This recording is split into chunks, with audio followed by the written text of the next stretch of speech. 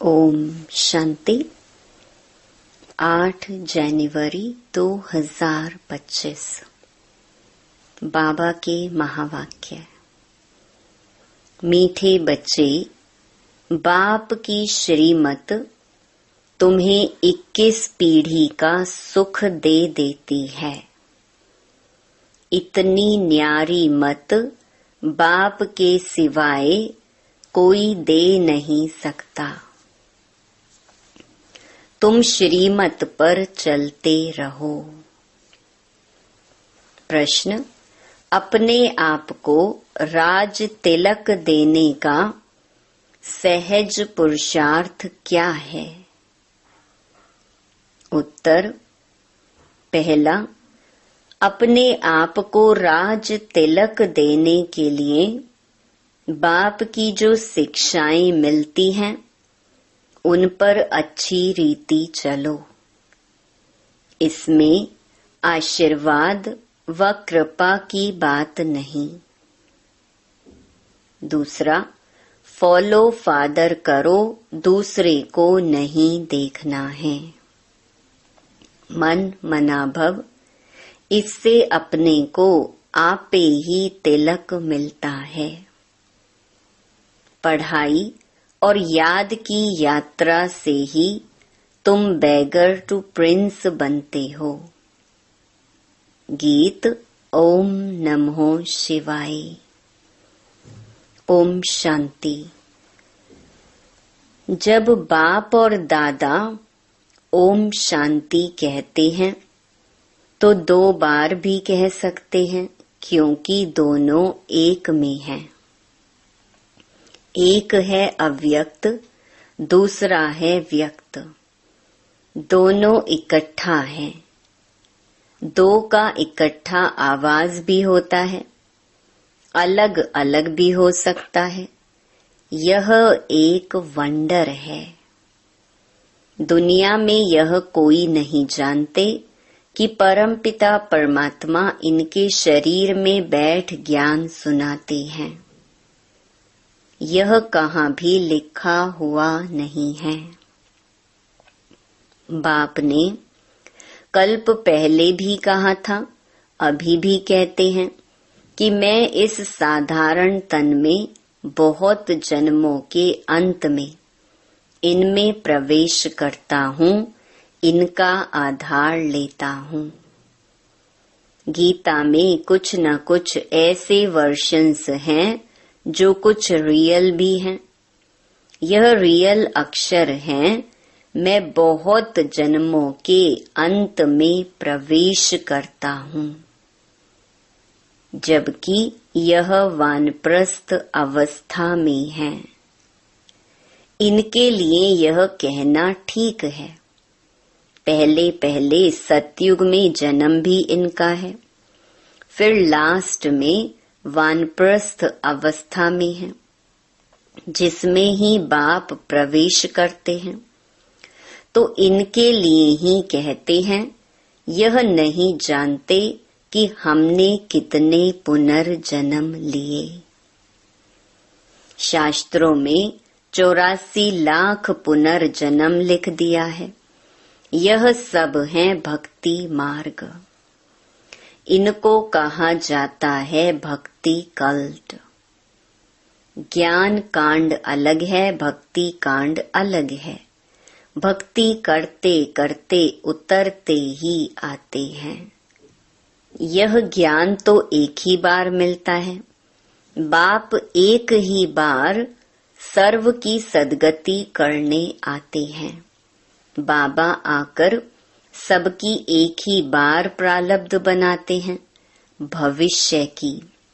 तुम पढ़ते ही हो भविष्य नई दुनिया के लिए। बाप आते ही हैं नई राजधानी स्थापन करने, इसीलिए इनको राजयोग कहा जाता है। इनका बहुत महत्व है। चाहते हैं भारत का प्राचीन राजयोग कोई सिखलावे, परंतु आजकल यह सन्यासी लोग बाहर जाकर कहते हैं कि हम प्राचीन राजयोग सिखलाने आए हैं। तो वह भी समझते हैं।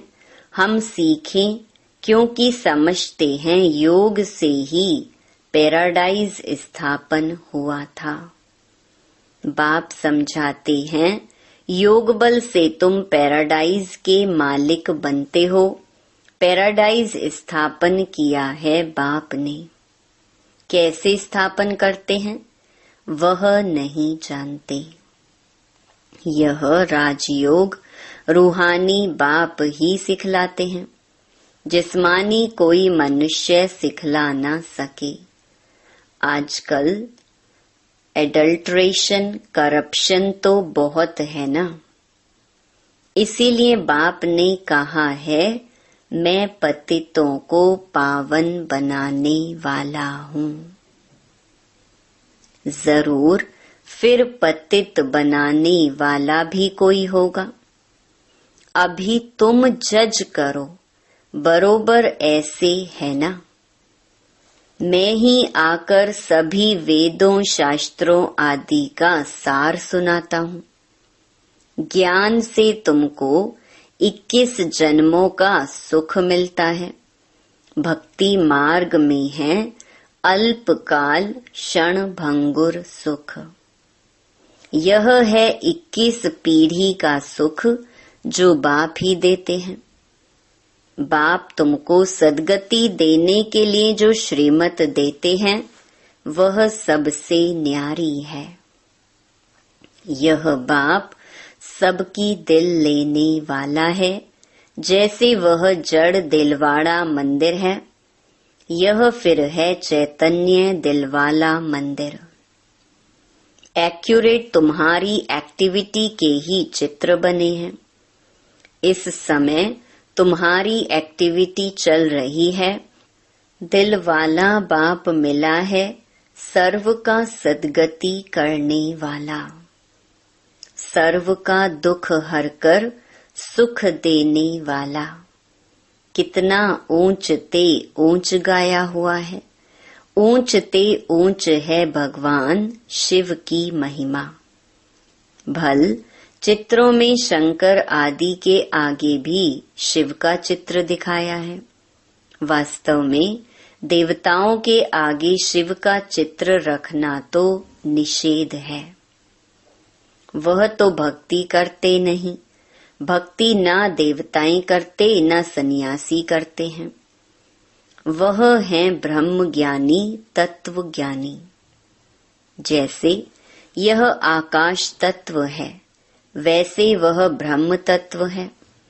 वह बाप को तो याद करते नहीं, ना उनको यह महामंत्र मिलता है।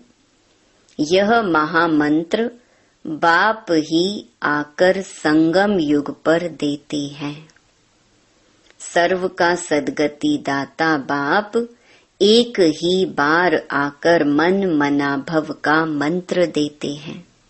बाप कहते हैं बच्चे, देह सहित देह के सब धर्म त्याग, अपने को अशरीरी आत्मा समझ मुझ बाप को याद करो। कितना सहज समझाते हैं। रावण राज्य के कारण तुम सब देह अभिमानी बने हो।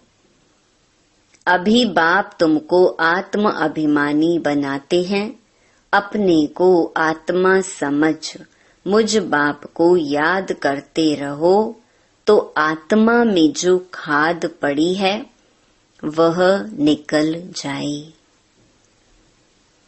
सतो प्रधान से सतो में आने से कलाएं कम होती है ना। सोने की भी कैरेट होती है ना।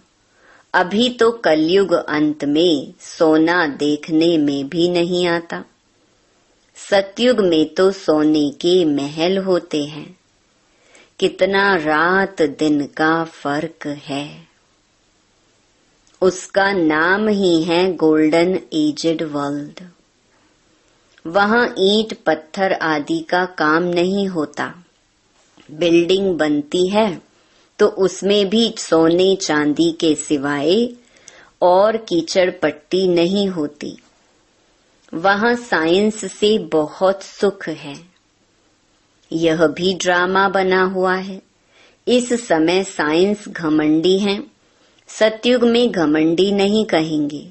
वहां तो साइंस से तुमको सुख मिलता है, यहाँ है अल्पकाल का सुख, फिर इससे ही बड़ा भारी दुख मिलता है। बॉम्ब्स आदि ये सब विनाश के लिए बनाते ही रहते हैं। बॉम्ब्स बनाने के लिए दूसरों को मना करते हैं, फिर खुद बनाते रहते। समझते भी हैं इन बॉम्ब्स से हमारी ही मौत होनी है, लेकिन फिर भी बनाते रहते हैं, तो बुद्धि मारी हुई है ना। यह सब ड्रामा में नोंद है, बनाने के सिवाय रह नहीं सकते। मनुष्य समझते हैं कि इन बॉम्ब्स से हमारा ही मौत होगा, परंतु पता नहीं कि कौन प्रेरित कर रहा है। हम बनाने बिगर रह नहीं सकते, जरूर बनाने ही पड़े। विनाश की भी ड्रामा में नोंद है। कितना भी भल कोई पीस प्राइज दे, परंतु पीस स्थापन करने वाला एक बाप ही है। शांति का सागर बाप ही शांति, सुख, पवित्रता का वर्षा देते हैं। सतयुग में है बेहद की संपत्ति, वहां तो दूध की नदियां बहती हैं। विष्णु को क्षीर सागर में दिखाते हैं, यह भेंट की जाती है। कहाँ वह क्षीर सागर, कहाँ यह विषय सागर। भक्ति मार्ग में फिर तालाब आदि बनाकर उसमें पत्थर पर विष्णु को सुला देते हैं। भक्ति में कितना खर्चा करते हैं, कितना waste of time, waste of money करते हैं।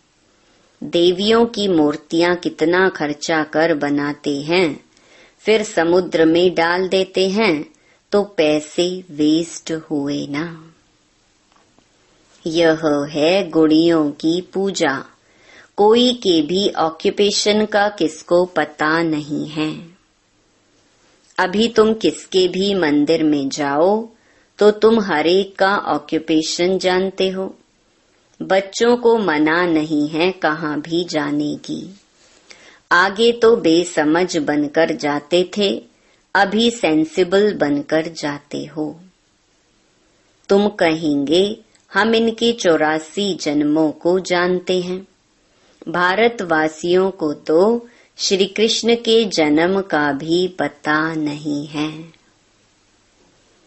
तुम्हारी बुद्धि में यह सारी नॉलेज है। नॉलेज सोर्स ऑफ इनकम है।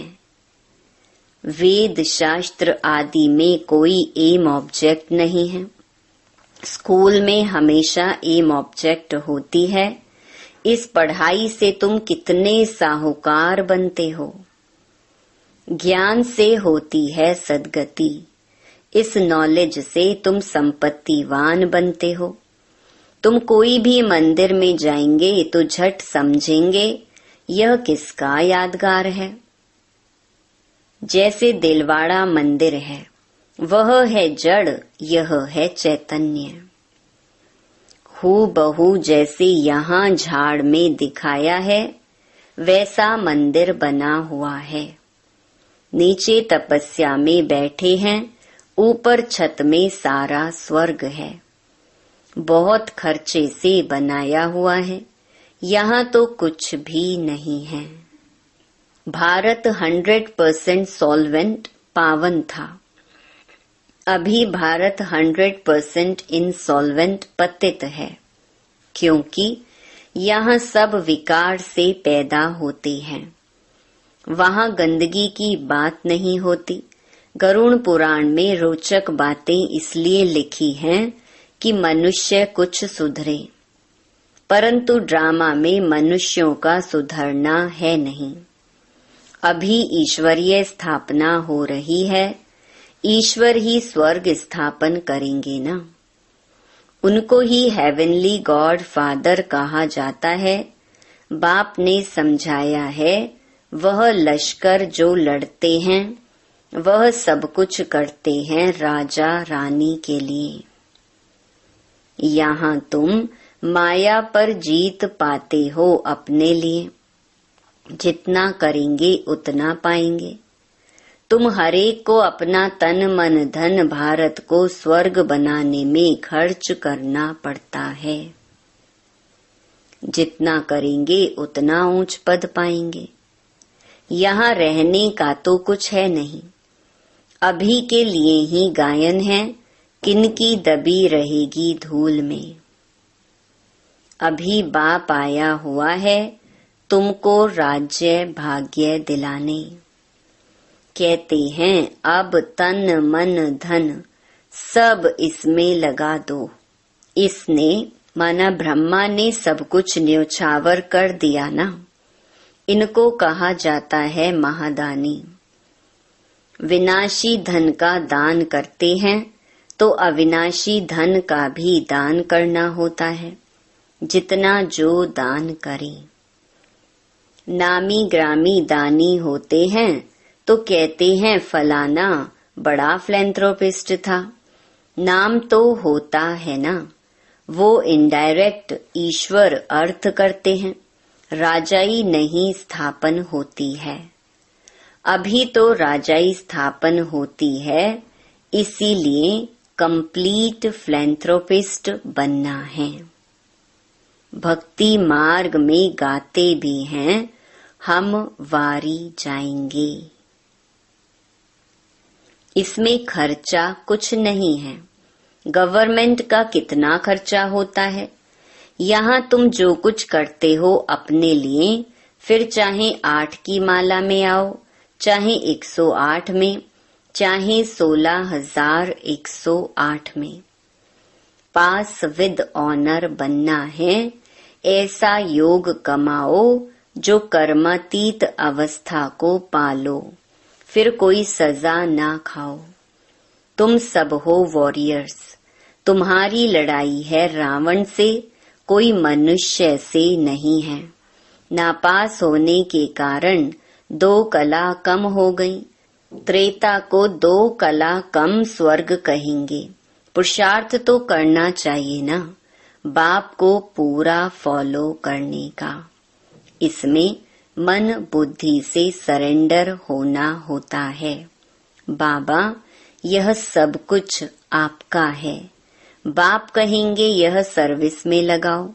मैं जो तुमको मत देता हूँ वह कार्य करो। यूनिवर्सिटी खोलो, सेंटर्स खोलो, बहुतों का कल्याण हो जाएगा। सिर्फ यह मैसेज देना है, बाप को याद करो और वर्षा लो। मैसेंजर पैगंबर तुम बच्चों को कहा जाता है। सबको यह मैसेज दो कि बाप ब्रह्मा द्वारा कहते हैं कि मुझे याद करो तो तुम्हारे विकर्म विनाश होंगे, जीवन मुक्ति मिल जाएगी। अभी हैं जीवन बंध, फिर जीवन मुक्त होंगे। बाप कहते हैं मैं भारत में ही आता हूँ।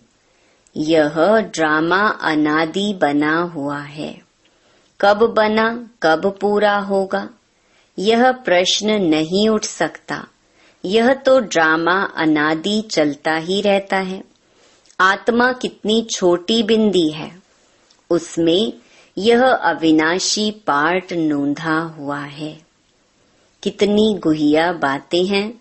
स्टार मिसल छोटी बिंदी है। माताएं भी यहाँ मस्तक पर बिंदी देती हैं। अभी तुम बच्चे पुरुषार्थ से अपने आप को राज तिलक दे रहे हो। तुम बाप की शिक्षा पर अच्छी रीति चलेंगे तो जैसे कि तुम अपने को राज तिलक देते हो। ऐसे नहीं कि इसमें आशीर्वाद व कृपा होगी। तुम ही अपने को राज तिलक देते हो। असल में यह राज तिलक है। फॉलो फादर करने का पुरुषार्थ करना है, दूसरों को नहीं देखना है। यह है मन मना भव, जिससे अपने को आपे ही तिलक मिलता है, बाप नहीं देते हैं। यह है ही राजयोग।